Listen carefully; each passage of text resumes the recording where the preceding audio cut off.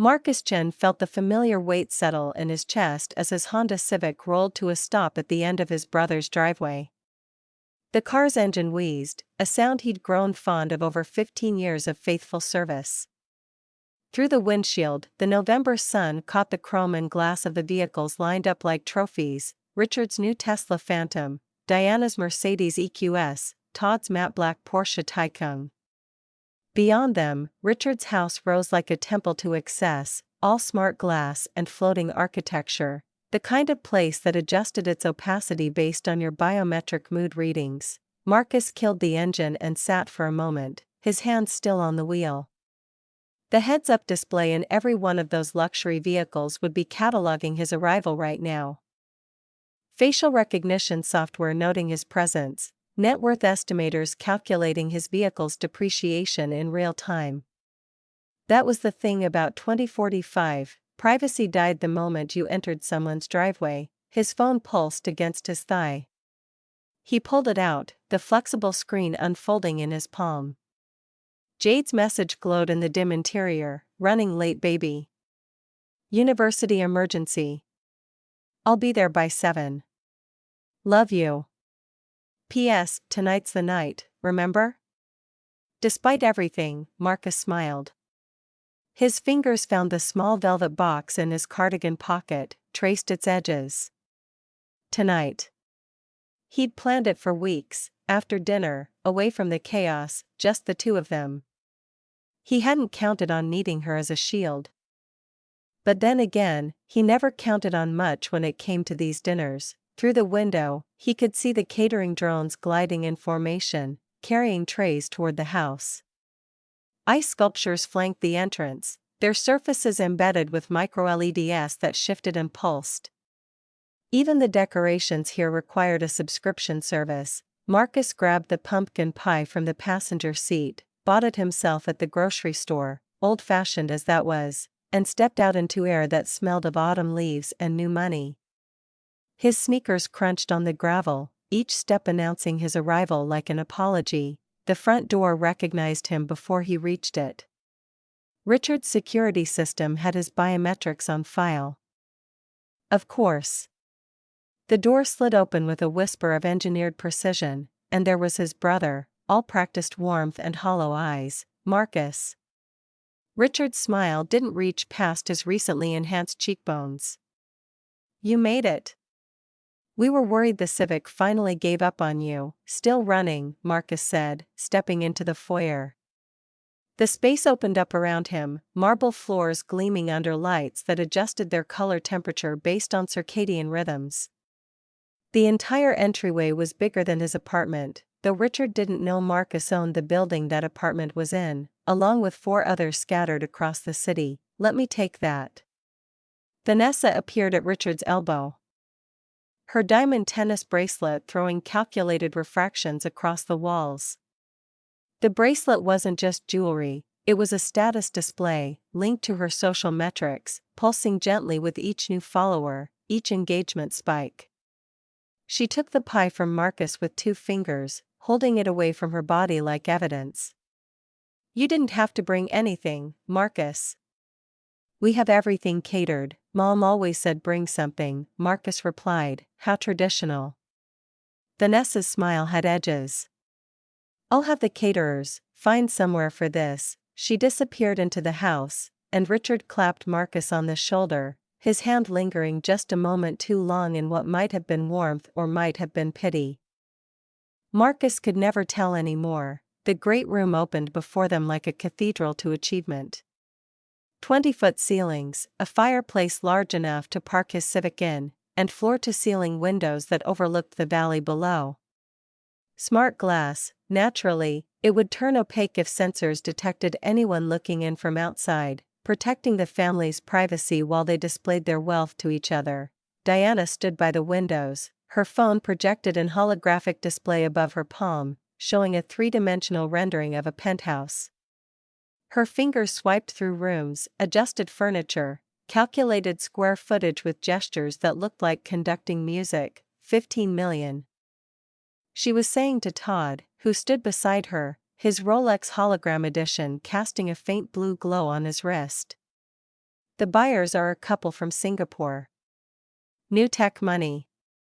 They want the full smart home integration, neural interface compatibility, the works, nice commission, Todd said, and they both turned as Marcus entered. Marcus.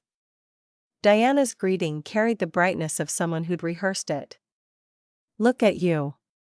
Still rocking the thrift store aesthetic, vintage, Marcus corrected mildly, right. Vintage. Diana's eyes did a quick scan, the kind everyone did now, unconscious, reading his clothes labels through their optical implants, checking for brand verification, coming up empty. Well, it's a statement. On the far side of the room, Ashley looked up from her phone and actually smiled. The expression transformed her face, made her look less like the polished university student she was trying to be and more like the niece who used to bring him crayon drawings. She started toward him, but Brandon, 16 and already learning the family's casual cruelty, stage whispered something that made her stop. Margaret Chin sat in the room's center like a queen on a throne, except her throne was a chair that cost more than most people's cars and adjusted its ergonomics based on her posture. At 72, she'd embraced enough enhancement to blur the line between aging gracefully and refusing to age at all. Her eyes tracked Marcus's entrance with the precision of someone calculating worth. Marcus, she said, and that single word carried years of disappointment. You're here, happy Thanksgiving, Mom, indeed. She lifted her glass, wine that probably cost what Marcus made in a month teaching, though she had no idea he could buy her entire wine collection without checking his account balance. We're just waiting for service. Richards had the kitchen programmed with a special menu, nothing but the best, Richard said, materializing at Marcus's elbow with a drink. Here. You look like you need this. Marcus took the glass. The smart coaster beneath it immediately displayed the wine's origin, vintage, and current market value. He turned the coaster over. Dinner assembled itself around the table, the family arranging itself in order of achievement, though nobody said that out loud. Richard at the head, naturally, with Vanessa beside him. Diana and Todd to Richard's right. Margaret in the seat of honor. Ashley and Brandon filling space. Tyler, Diana's son, sliding into his chair wearing clothes with holographic designer labels that shifted and pulsed, and Marcus, at the far end, the place reserved for charity cases and family obligations. The first course materialized from the kitchen drone, seared scallops with some kind of foam that probably had a name Marcus didn't care about. Everyone waited for Margaret to begin. She lifted her glass. Annual tradition. To my successful children, Margaret said, her voice carrying the weight of years and expectations. Richard, who built his tech consulting empire from nothing. Diana, who's becoming the real estate queen of the county. She paused. Marcus felt every eye at the table shift toward him, and to Marcus, who brings us joy in other ways. I just wish all my children had aimed as high as they could reach. The silence that followed had texture. Marcus smiled, said nothing, took a sip of his wine. The smart coaster helpfully informed him it was a 2038 Bordeaux worth $800. He wondered if it tasted better than the $40 bottles he bought. Decided it didn't. Well, Richard said, too loud, filling the silence. Let's eat. The passive aggression started somewhere between the second and third courses. Vanessa leaned across the table, examining Marcus's cardigan with the intensity of an anthropologist discovering a new culture. You know, she said, Ashley just cleaned out her closet. Donated a bunch of things. Marcus, you could really use, we have some nice pieces. Designer labels. They'd fit you. I'm fine, Marcus said. Thank you, come on, little brother. Richard's voice carried the bonhomie of someone who'd had 3 glasses of $800 wine. We're family. We've actually been talking about starting a Marcus fund. Help you upgrade your situation. No teacher should have to live like, I don't need charity. Richard, charity? Todd laughed, his Rolex pulsing with a notification he ignored. Marcus, buddy, you drive a car older than most of the kids at your school. When was the last time you took a real vacation? Stayed somewhere nicer than a Motel 6? Todd, be nice. Diana's rebuke carried all the sincerity of a marketing campaign. Marcus has his art teaching. That's fulfilling to him. Not everyone needs material success to be happy. Her tone made it clear she didn't believe a word of it. Uncle Marcus, Ashley said, and her voice carried actual warmth. I think what you do is amazing. Teaching kids art? That matters, Ashley, sweetheart. Vanessa's smile was gentle, condescending. Your uncle works very hard. But let's be honest, he could have done more with his Stanford education. All that potential, Marcus was always the dreamer. Margaret's voice cut through the conversation like a laser through fog. Head in the clouds. I remember when you were working on that little computer thing in your 20s, what was it? An app? And you just gave up on it. Marcus's jaw tightened. The app.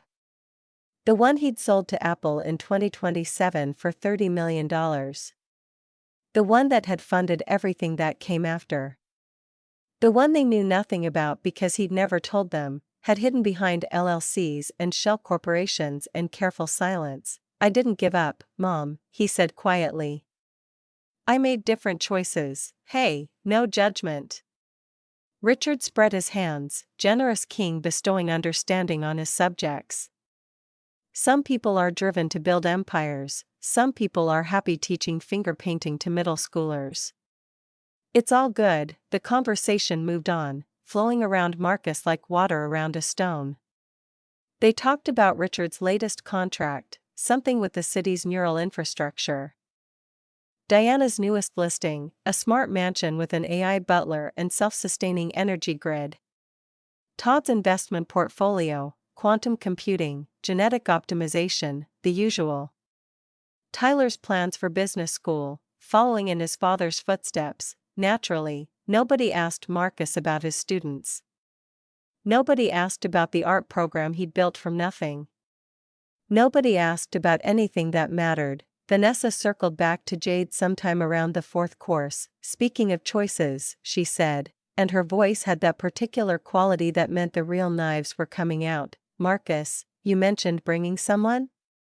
Your girlfriend Jade, she's running late, Marcus said. Work emergency.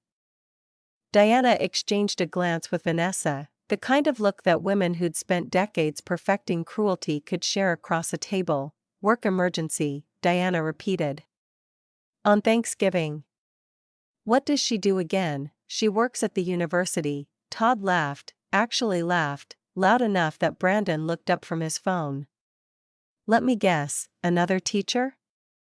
You guys can split the check at Olive Garden. The table joined his laughter, all except Ashley, who looked down at her plate, and Brandon, who was too busy with whatever stream he was watching through his optical implants. Something like that, Marcus said, his voice careful. Richard leaned forward, his enhanced eyes catching the light in a way that made them look almost reptilian. I'm just saying, at your age, maybe it's time to think seriously about your future. Find a woman with stability. Someone who can help you build something. I have built something, Marcus said. You just don't see it, sweetie. Vanessa's voice dripped with concern so fake it reflected light. We see your apartment. That tiny one-bedroom near the school, what they didn't see, the deed to that building in his name. The 4 other residential properties scattered across the city. The commercial real estate holdings that included, among other things, the building Richard's company leased for their headquarters. The quiet fortune that had grown from $30 million to something much larger. All of it hidden, all of it invested in futures instead of facades. It's enough, Marcus said, enough. Margaret repeated the word like it was foreign. When I was your age, I wanted more than enough. Maybe enough is underrated. Can I say something? Ashley's voice cut through the tension, young and earnest and completely unaware of what she was stepping into. I want to thank whoever created the Morrison Scholars Foundation. I got one of their scholarships, and it's literally changed my life. Full tuition, stipend for books, I wouldn't be at college without it. Marcus felt his pulse quicken. Kept his face neutral. That's wonderful, dear, Margaret said. See, there are generous people in the world. We tried to find out who runs it to write a thank you note, Richard said, pride in his voice, pride for someone else's generosity, for a gift he'd had no hand in. But it's completely anonymous. They've put hundreds of kids through school. The weird thing is, Ashley continued, and Marcus could see where this was going, tried to telepathically will her to stop. They knew so much about me in the interview. Asked about Uncle Marcus, about our family, about my art. That's great, Ashley, Marcus said quickly. I'm proud of you, yeah, well. Tyler's voice carried bitterness like a designer accessory.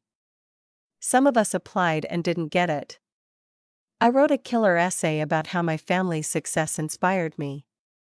About leadership, about deserving opportunities, Tyler, sweetie, Diana said, you'll find other scholarships. The rejection letter was brutal. Tyler's face had gone red, whether from wine or humiliation Marcus couldn't tell. Said something about entitlement and understanding the value of sacrifice. Like, what do they know about me? Marcus hid his smile behind his wine glass. He remembered that essay. Remembered every word of Tyler's application, the way it had dripped with privilege and presumption, the casual assumption that success was birthright rather than earned. The essay had talked about gracing the university with the Morrison legacy, about deserving opportunities based on family name. He'd rejected it personally. The foundation is incredible though, Richard was saying. They just named a new building after it, the Morrison Scholars Hall. 3 stories, state-of-the-art facilities. Neural interface study rooms, holographic libraries, the works. Must be a billionaire running it, or someone who understands what matters, Marcus said quietly. Nobody heard him. The conversation had moved on to the building itself, to speculation about the donor, to discussions of philanthropy as social strategy. None of them understood. None of them could understand that the building bearing the Morrison name, Jade's father's name, the teacher who'd spent 40 years in inner-city schools making $40,000 a year and changing more lives than most billionaires, stood as a monument to everything this table wasn't. By the time dessert arrived, some molecular gastronomy creation that looked like art and tasted like expensive air, Vanessa had hit her stride. 3 glasses of wine had loosened her tongue, sharpened her edges. Marcus, honey, she said, and the endearment was a weapon, we're worried about you. You're 42, teaching middle school, living in that tiny place, driving that death trap. Your girlfriend doesn't even prioritize you enough to show up on time. Marcus stood. Didn't plan to, didn't think about it, just found himself on his feet, his chair scraping back with a sound that cut through the ambient music. Don't talk about Jade. The table went silent. Even Brandon looked up from his phone. Hey, hey. Richard raised his hands, peacemaker, problem solver. We're just being honest. Your family. If you need help, real help, we can set you up. I have connections. Todd knows people. You could be making 6 figures, easy, and if I told you I'm happy? Marcus heard his voice coming from somewhere distant. That I'm exactly where I want to be, darling. Margaret's voice carried the weight of 72 years of disappointment. No one is happy living paycheck to paycheck. Pride is one thing, but at some point, you have to face reality. We're not trying to hurt you, Diana said, and maybe she even believed it. We love you. But watching you struggle while we've all succeeded, it's hard. I'll be blunt. Todd leaned back in his chair, his Rolex catching the light. You're the family charity case. Every year, same thing. You show up in those clothes, that car, no significant other who actually shows up. You want to talk about reality? Marcus's voice dropped, became dangerous. About what matters? Fine. Let's. The doorbell chimed. Not a sound, exactly, more a neural notification that rippled through everyone's optical implants simultaneously. Someone at the door. That must be the after-dinner entertainment, Vanessa said, relief flooding her voice. Marcus, we'll finish this conversation later. Family helps family, Marcus sat. His hand found the ring box in his pocket. Gripped it like an anchor. His phone pulsed. He pulled it out, saw Jade's message, I'm here. Ready? Jay, he texted back with shaking fingers, more than ready. Come save me. Through the smart glass windows, he could see headlights in the driveway. Not the electric hum of a luxury vehicle but the sharp beam of actual halogen lights, cutting through the gathering darkness like a promise. The door recognized Jade before anyone else did. Richard's security system registered her biometrics, cross-referenced her neural signature against every database it could access in 0.3 seconds, and came back with results that should have warned them. Chancellor. Dean. Net worth estimated at comfortable. Social influence rating, exceptional. Nobody was looking at their security feeds. The door slid open, and Jade Morrison walked into Richard Chen's cathedral of wealth like she owned it. Maybe not the house, but the moment, that was all hers. Marcus felt the shift before he saw her. The air pressure changed, or maybe it was just his pulse, suddenly loud in his ears.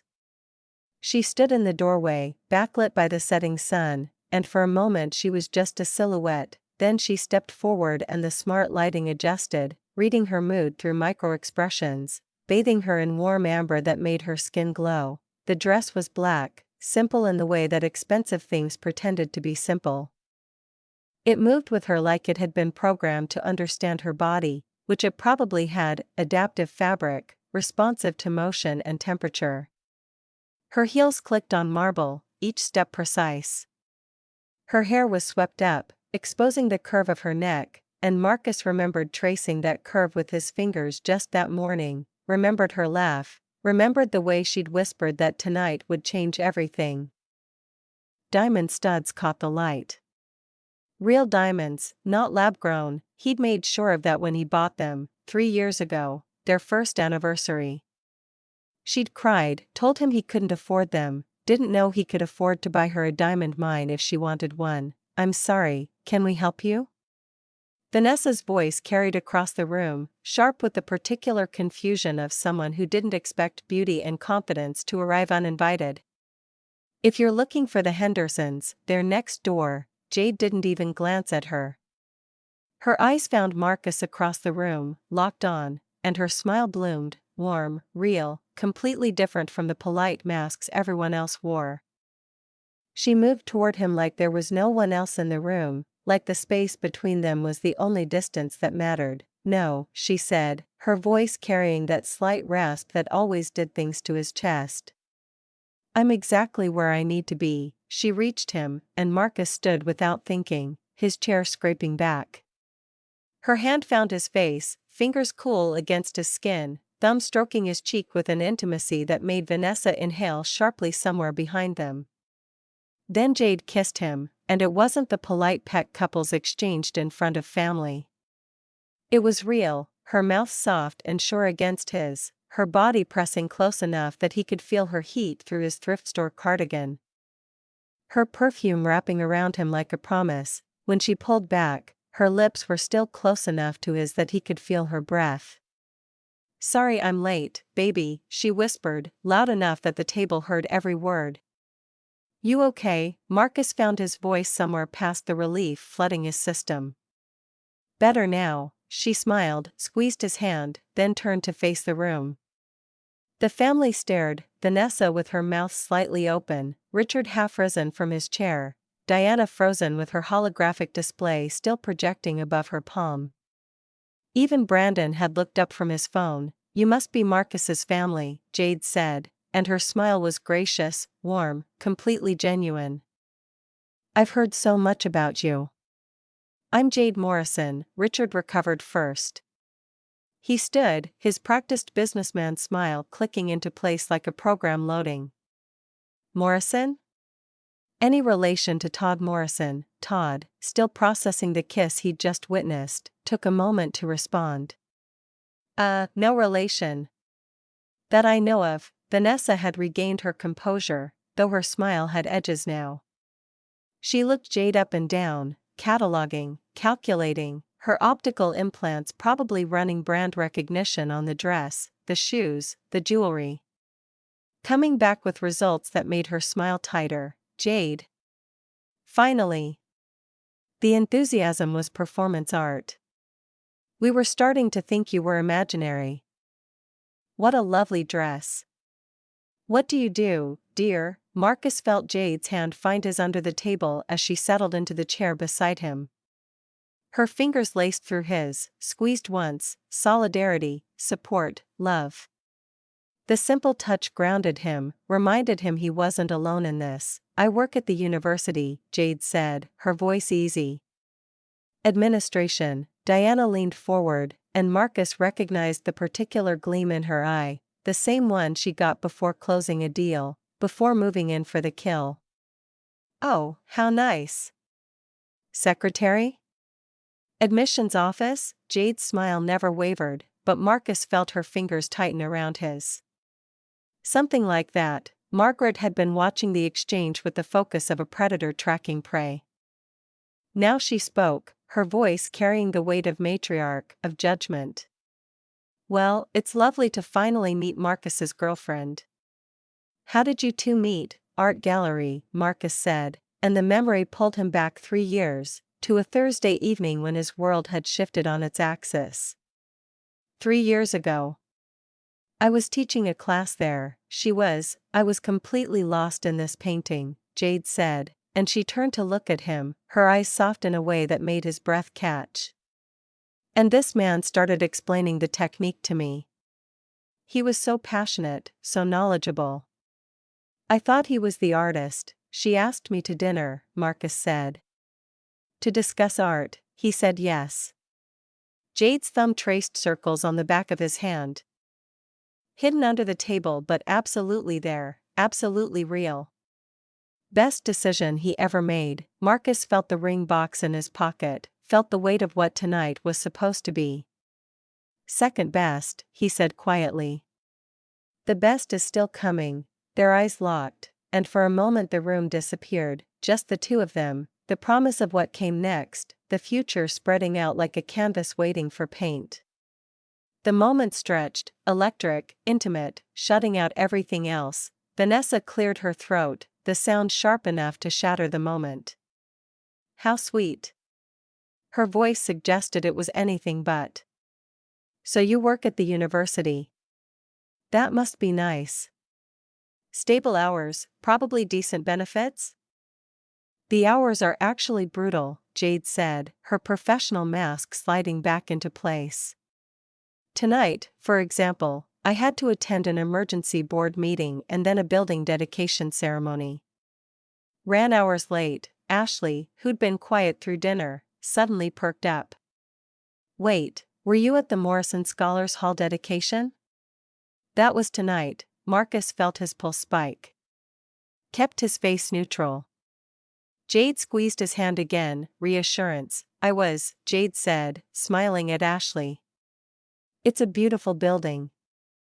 3 stories, art studios, computer labs, quiet study rooms. All funded by the Morrison Scholars Foundation. You got to attend?" Richard's voice carried genuine interest now. Professional curiosity displacing his earlier condescension. "That's great. Was it packed?"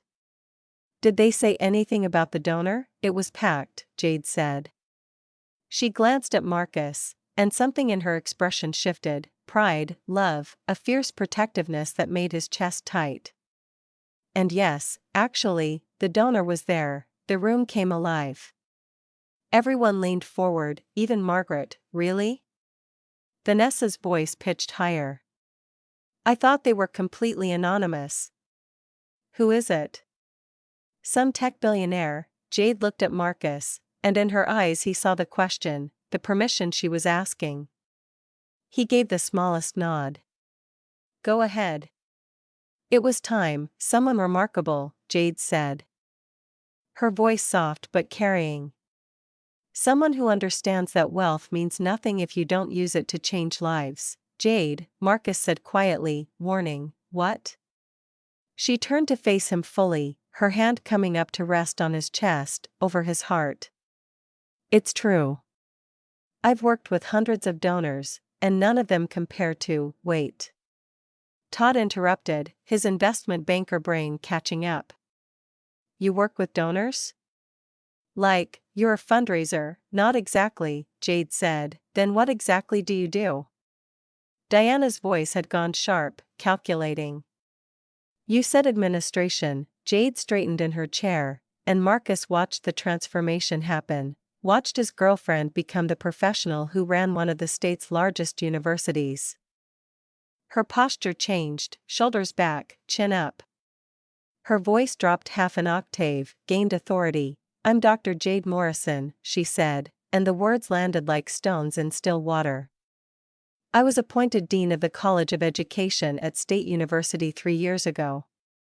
As of 2 months ago, I'm also the interim chancellor while we search for a permanent replacement. The silence had texture. Marcus could hear the smart house humming, could hear Brandon's phone buzzing with notifications, could hear his own heartbeat loud in his ears. You're. Vanessa's voice trailed off. The dean and interim chancellor.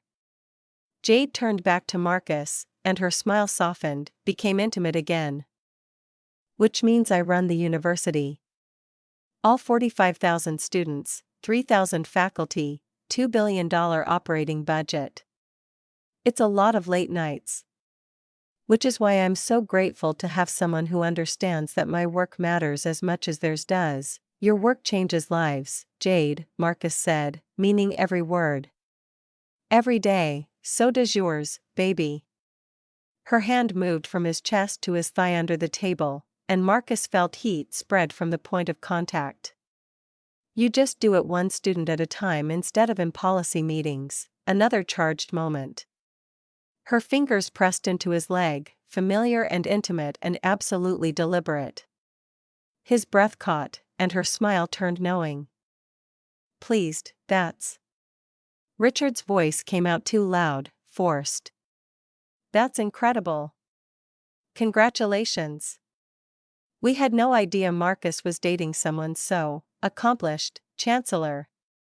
Diana had recovered enough to sound impressed, though calculation still lurked behind her eyes. My God, what's the salary on something like that? Comfortable, Jade said, her voice cool now. But that's not why I do it. Still, Todd leaned forward, his Rolex pulsing with calculations. You must be making, what, $500,000?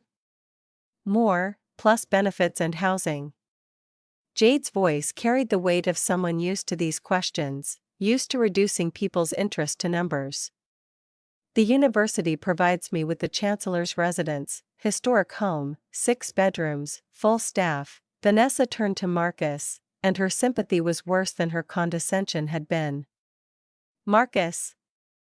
Why are you living in that tiny apartment when your girlfriend has a mansion? Because I like my apartment, Marcus said. I chose it. Jade's hand tightened on his thigh, protective, fierce. She leaned into him, her shoulder pressing against his. Her voice dropping to that register that was meant for him but carried to the table. And I love that about him. Do you know how rare it is to find someone who isn't with you for what you can provide? Who sees you, not your title or your house or your bank account? She looked at him, and everyone else disappeared again. Every man I dated before Marcus wanted something, access, connections, money. Marcus wanted to know what I thought about Rothko's color theory. We spent our first date arguing about whether art should comfort or challenge. You said it should transform, Marcus said, remembering that night, the restaurant where they'd talked until closing. the way she'd challenged every assumption he'd made about education and art and purpose. And you said transformation requires both comfort and challenge. Jade's hand came up to his face again, her fingers tracing his jawline. I fell in love with your mind before anything else. She kissed him again, slower this time, deeper, her mouth opening under his in a way that made him forget where they were, forget everything but the taste of her, the feel of her fingers in his hair. When she pulled back, her lips were swollen, her eyes dark with want. Though everything else is pretty spectacular too, she whispered, and Marcus felt heat flood through him. Well. Margaret's voice cut through the moment like a scalpel. This is certainly a surprise. Ashley had been quiet, watching, and now she spoke up, her voice tentative but growing stronger. Dr. Morrison, you were at the scholarship building dedication. Do you work with the Morrison Scholars Foundation? Marcus felt Jade tense beside him. Here it came. I've worked closely with them for 5 years, Jade said carefully. They're the largest single donor to our university, over $50 million in scholarships and facilities. $50 million? Richard's voice cracked. Jesus. Who has that kind of money? Someone who made a fortune and decided to invest it in futures instead of things. Jade's voice carried pride now, fierce and undisguised. The foundation has put over 200 students through college, full rides, stipends, mentoring. They change lives. The interview process was incredible, Ashley said, and Marcus saw her eyes moving between him and Jade, saw the wheels turning. They asked about my art, my family, my uncle who teaches art. She stopped, her eyes widening. Wait. They asked a lot about Uncle Marcus. Why would they care about Marcus? Vanessa's confusion was genuine, which somehow made it worse. The foundation values people who dedicate their lives to education and art, Jade said, her voice measured. Teachers especially. They often ask scholarship candidates about the educators who've impacted them. Jade, Marcus said quietly, maybe we should. Should what? She stood. And everyone's attention snapped to her. Keep pretending? Baby, I sat through a dedication ceremony tonight where they honored a man who's given more to education than anyone I've ever met, and he wasn't even there because he was dreading this dinner. Wait. Richard's face showed genuine confusion. The donor wasn't there? I thought you said he had a prior commitment. Family obligation. Jade's voice had gone hard. Even though this was one of the most important nights of his professional life, he chose family. Sounds like a very dedicated family man, Margaret said. Probably has children who appreciate. He doesn't have children yet. Jade's voice cut through the room. But he's been a father figure to hundreds of kids anyway. And do you know what kills me? His own family has no idea what he's accomplished because they're too busy judging his car and his clothes and his career. I don't understand what this has to do with, Vanessa started. It has everything to do with why I was late tonight. Jade turned back to the table, and Marcus saw the decision in her eyes, saw her choosing him, choosing truth, choosing to burn it all down if that's what it took. I was at a ceremony honoring the Morrison Scholars Foundation, named after my late father, who was a teacher. The foundation's anonymous donor asked that it be named after my dad to honor educators everywhere. Marcus stood, his hand finding her shoulder. Jade, you don't have to. She turned to him, and her eyes were fierce with love and pride and something that looked like relief. Yes, I do. Because I've watched you take their condescension for years. I've held you when you came home from these dinners. And tonight, when you texted me to come save you, I realized something. You don't need saving. They need to see who you really are. She turned back to the table, and her voice carried the full weight of her authority now, the voice that addressed board meetings and donor galas and university assemblies. The Morrison Scholars Foundation was created 18 years ago by a 24-year-old who sold a mobile app for $30 million and decided to change the world instead of buying toys. He works as a teacher not because he failed, but because he believes education is the highest calling. He lives modestly because every dollar he doesn't spend on himself goes to students who need it. The room held its breath. Ashley, Jade said, her voice gentler now, you asked why they knew so much about you in your interview. It's because the Foundation's founder personally reviews every application. All 2,000 of them every year. He reads every essay, watches every interview video, makes every final decision himself. Ashley's eyes were on Marcus now, wide and disbelieving and starting to understand. Uncle Marcus? Marcus met her gaze, saw his niece really seeing him for the first time in years. Surprise, the room exploded. Richard's voice came first, too loud, forced brightness crackling at the edges. What? No. That's not, you're a teacher. Marcus watched his brother process the information, watched the calculations happening behind those enhanced eyes, the neural pathways firing as Richard tried to reconcile 2 decades of assumptions with a truth that didn't fit. Around the table, everyone had gone still, the kind of stillness that came before earthquakes, before buildings fell, before worlds ended and rebuilt themselves into something new. I'm a teacher who created an app that Apple bought in 2007, Marcus said, his voice steady despite the adrenaline flooding his system. Jade's hand found his under the table, squeezed hard, grounding him. I'm a teacher who invested well. I'm a teacher who chose to live on my teaching salary and use the rest to fund futures. $50 million? Vanessa's voice pitched higher, cracked. You've given away $50 million, and counting. Jade stood, moved to stand beside Marcus, her presence solid and real and absolutely his. The Foundation's endowment is structured to be self-sustaining. It'll keep funding scholarships long after we're all gone. Diana stared at Marcus like she'd never seen him before, like he was a stranger wearing her brother's face. The Morrison Scholars Foundation is you? You've been doing this for almost 20 years and never told us? I told you I made different choices, Marcus said. The words came easier now, years of silence breaking like a dam. You decided that meant I failed, but why? Todd leaned forward, his investment banker brain still trying to find the angle, the profit margin, the rational explanation for irrational generosity. Why live why drive that car, wear those clothes, live in that apartment when you could? Because every dollar I don't spend on luxury is a dollar that sends a kid to college.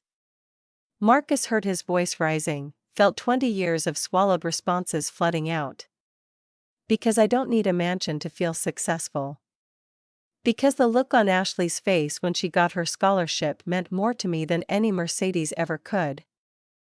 Margaret had gone pale, her carefully maintained composure cracking. You've been wealthy this entire time, depends on how you define wealthy, Mom. Marcus met her eyes, held them. I've been rich in the ways that matter. Jade pulled out her phone, the flexible screen unfolding with a soft whisper. Her fingers moved across the display, pulling up files, documents, proof. There's more. Marcus, can I?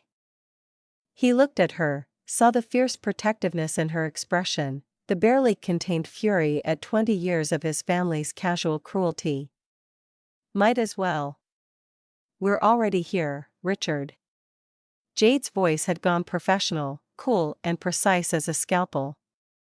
You mentioned your company leases office space downtown.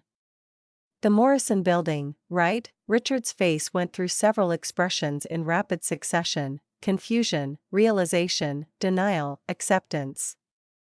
Yeah, great location. We've been there for 8 years. The owner's some LLC, never met them. His voice stopped. His eyes widened. No, Morrison Property Holdings. Marcus felt something like satisfaction, dark and bitter and earned. I bought that building with my first returns from the Foundation's investments. Your rent helps fund scholarships, by the way. So thank you, you're our landlord? Vanessa's voice came out strangled, one of them. Marcus let the words settle, watched them land. I own 6 commercial properties and 4 residential buildings. All managed through shell companies. All profits go to the foundation or back into affordable housing. Diana turned to Todd, and Marcus could see her real estate brain doing calculations, market values, rental income streams. Do you know what commercial real estate downtown goes for? Todd had gone quiet, his Rolex pulsing with notifications he ignored. When he spoke, his voice was barely above a whisper. If he owns the Morrison building alone. He looked at Marcus, really looked at him. Jesus Christ, Tyler. Jade's attention shifted, and Tyler shrank back in his chair like he could make himself smaller, less visible. You asked what the foundation knows about you. Your essay was titled Born to Lead, How the Morrison Name Defines Excellence. Ring any bells? Tyler's face flushed red. That was a good essay. You wrote that you deserved a scholarship because your family's success had paved the way for your own. Jade's voice stayed level, but Marcus heard the steel underneath. You wrote that you'd grace the university with the Morrison legacy. You wrote about deserving opportunities based on your last name, so? Tyler's voice cracked with defensiveness. Legacy matters. The Morrison and Morrison Scholars isn't your father, Tyler. Marcus leaned forward, held his nephew's gaze until Tyler looked away. It's Jade's father, Thomas Morrison, who taught chemistry at an inner-city school for 40 years, made $40,000 a year, and changed more lives than most millionaires ever will. The foundation looks for students like him. Passionate, humble, driven by purpose. Your essay showed entitlement without empathy, Jade said. Privilege without understanding. That's why you were rejected. Ashley had been crying quietly. And now she stood, moved toward Marcus with hesitant steps. Uncle Marcus, you gave me my scholarship? You've been helping me this whole time. Marcus met her halfway, and when she reached him, he pulled her into a hug. She was shaking, whether from shock or emotion he couldn't tell. Maybe both. You earned it, Ashley. Your essay about using art to help kids process trauma? Your volunteer work at the Children's Hospital? You deserved every penny. I'm so proud of you. Why didn't you tell me? Her voice came muffled against his shoulder, because it wasn't about me. Marcus pulled back enough to see her face, to let her see his. It was about you and 200 other students who just needed a chance. Richard had been sitting, stunned into silence, but now he stood, started pacing. The movement was mechanical, automatic, like his body needed to do something while his mind processed. I don't know how to process this. You let me offer you money. Let me treat you like what, rich? Marcus felt Jade move to stand beside him, felt her presence like armor. A failure? I let you show me who you are. Who you all are. And you know what? I love you anyway. You're my family. Materialistic, status-obsessed, sometimes cruel, but still my family, Marcus. Jade's voice was soft, warning, it's true. Marcus looked around the table, met each pair of eyes in turn. They drive me crazy. They've hurt me more times than I can count. But they're mine. And maybe now, maybe tonight, we can start over. The silence that followed had weight. Marcus could hear the smart house adjusting temperatures, could hear someone's phone buzzing with notifications, could hear his own heartbeat loud in his ears. Outside, through the smart glass windows, the sun had fully set, and the valley below glittered with lights, homes and lives and people going about their evenings, unaware that in this house, on this hilltop, everything had just changed. Todd spoke first, his voice quiet, stripped of its usual confidence. I've been an asshole. Everyone turned to look at him. He sat in his chair. Expensive clothes and expensive watch and expensive everything, and he looked smaller somehow, diminished. I've made jokes, comments, treated Marcus like he was less than us. Todd looked at Diana, then back at Marcus. And the whole time, he was everything we pretend to be. Todd, Diana started, but he shook his head. No, let me finish. Todd stood, and for the first time that evening, his posture wasn't performance. We spend our lives acquiring things, displaying wealth, measuring success by metrics that don't mean anything. And Marcus has been quietly changing the world while we mocked his car. Diana stood beside her husband, and Marcus saw tears tracking through her carefully applied makeup. I'm sorry. I'm so sorry. I was so focused on my sales numbers, my listings, my success, and you were actually changing lives. Vanessa had started crying too, her diamond bracelet catching the light as she wiped at her eyes. I offered you Ashley's hand-me-downs. I tried to give you charity. I was so condescending, and you never defended yourself, because things don't matter, Vanessa. Marcus kept his voice gentle, trying to make her understand. Your opinion of my sweater doesn't matter. Your judgment about my car doesn't matter. What matters is the kid who gets to go to college because I wore this sweater instead of buying a new one. Richard had stopped pacing. He stood at the head of the table, the position of authority, except now it looked less like power and more like isolation. The foundation, can we help? Donate? Volunteer. Marcus felt surprise cut through the emotional exhaustion. You want to help? I want to be part of something real. Richard's voice cracked. Something that matters. I'd built a company, made money, bought things. But what have I actually done? You've changed 200 lives.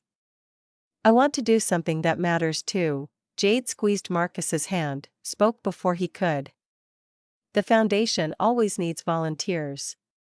Mentors for students, professionals to do mock interviews, people to help with applications.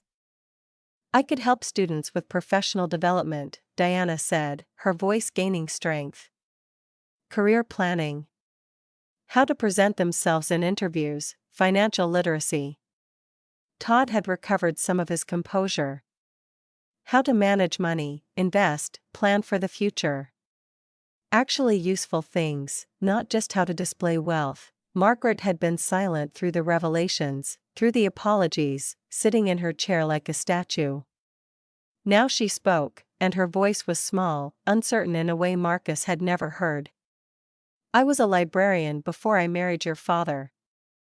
I could help students with research, applications, essays. Marcus felt something in his chest crack open. Mom, I was wrong about you. Margaret stood, moved toward him with careful steps. So wrong. I wanted you to have what I thought was success. But you have something better, purpose. Let me help you. Let me be part of what you've built. She reached him, and Marcus pulled her into a hug, felt her thin frame against his, felt her crying against his shoulder. 20 years of disappointment, of judgment, of quiet warfare, and here, now, the possibility of something new. I'd like that, Marcus said, his voice rough with emotion. I'd like that a lot. Jade cleared her throat, and when Marcus looked at her, he saw tears in her eyes too, but also a smile, warm and proud and absolutely his. I think we should tell them the other news. Marcus felt the ring box in his pocket, remembered the plan, the carefully orchestrated proposal he'd imagined. Now, when better? Jade turned to face the family, her hand finding his, lacing their fingers together. Marcus was going to do this tonight anyway.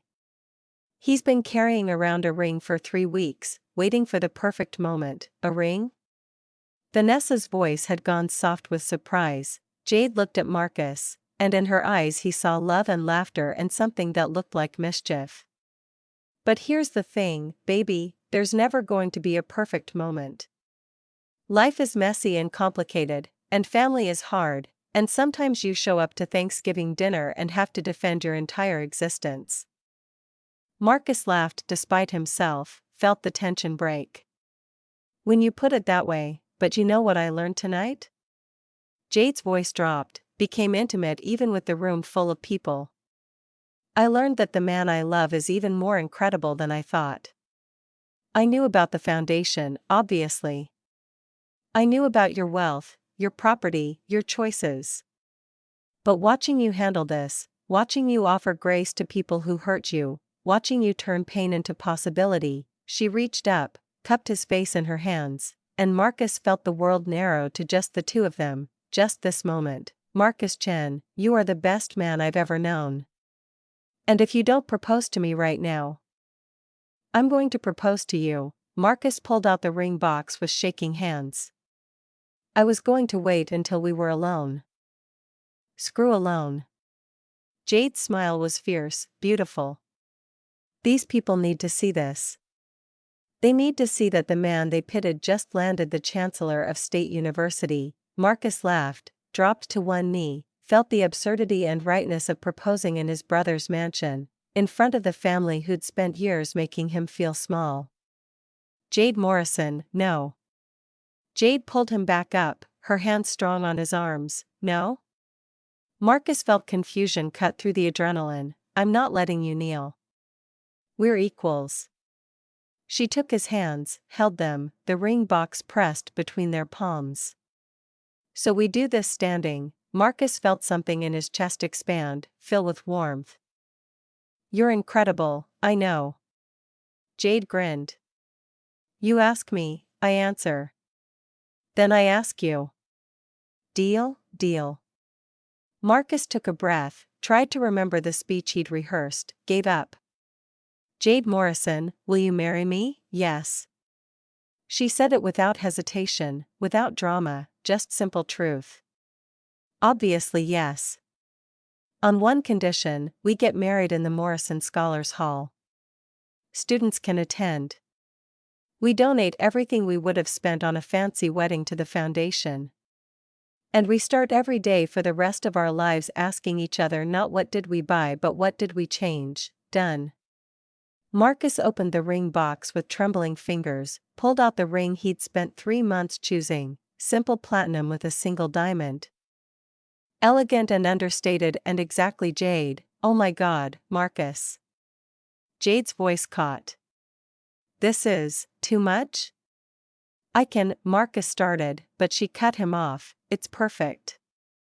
She held out her hand, let him slide the ring onto her finger, watched it catch the light. And it's going to look perfect when I'm standing next to you, building this life together. Now my turn. She reached into her purse, pulled out a small box that Marcus hadn't known was there. His heart stuttered. You didn't, I did. Jade opened the box, revealed a simple platinum band engraved on the inside with a single word, transform. I've been carrying this for 2 weeks, waiting for you to work up the nerve. Marcus Chen, will you marry me? Yes. The word came out broken, overwhelmed. Yes, they kissed, and this time it wasn't for show, wasn't performance. It was deep and passionate and real, her hands in his hair, his arms around her waist, lifting her slightly off the ground. She tasted like wine and promise, like the future stretching out before them. When they finally broke apart, the family was silent, watching, and for once their expressions held only joy. Take me home? Jade's voice was breathless, her forehead pressed against his. Your place or mine? Marcus asked, and the old joke felt new, felt like the beginning of something. Doesn't matter. Jade smiled against his mouth. As long as we're together, then let's go to yours. Marcus pulled back enough to see her face. More room to plan the wedding. Jade laughed, swatted his arm playfully. That's what I meant, right? The wedding. Marcus grinned. That's what I meant too, liar. She kissed him again, quick and heated and full of promise. I love you too. They started toward the door, but Richard's voice stopped them. Wait, before you go. Marcus, I mean it. About helping. Can we set up a meeting? I'd like to create a matching fund. For every $1 you give in scholarships, my company donates $1. Marcus turned back, saw his brother's face open and honest in a way it hadn't been in years. "Rich, you don't have to, I want to." Richard crossed the room, extended his hand. "I need to do something that matters. And I'm sorry. For all of it. For every comment, every joke, every time I made you feel small when you're the biggest person in this room." Marcus took his brother's hand, pulled him into a hug instead. "Thank you, count me in too." Diana's voice carried across the room. 10% of my commissions. Every sale. Starting now, Marcus. Margaret's voice was soft but clear. "Can I take you to lunch next week? Just us. I want to hear about the foundation, about the students, about your life. I want to know my son." Marcus felt his throat tighten. "I'd like that, Mom." Ashley hugged him again, fierce and tight. "Thank you. For everything. For believing in me when I didn't believe in myself. You're going to do amazing things, Ashley." Marcus squeezed her back. "I can't wait to watch." Even Tyler approached, hesitant but determined. "Uncle Marcus? Can I reapply next year? With a better essay? I want to try again." For real this time. Marcus studied his nephew, saw something in Tyler's expression that might be genuine humility, might be the beginning of understanding. The foundation accepts reapplications. Write about who you want to become, not who you think you already are. Will you help me? Tyler's voice was small. Uncertain. "I'll read it. But you have to write it yourself. No family connections, no special treatment. You earn it." "I will." Tyler nodded. "I promise." Jade pulled on her coat, the expensive fabric whispering as it settled over her shoulders. "Ready, baby?" "More than ready."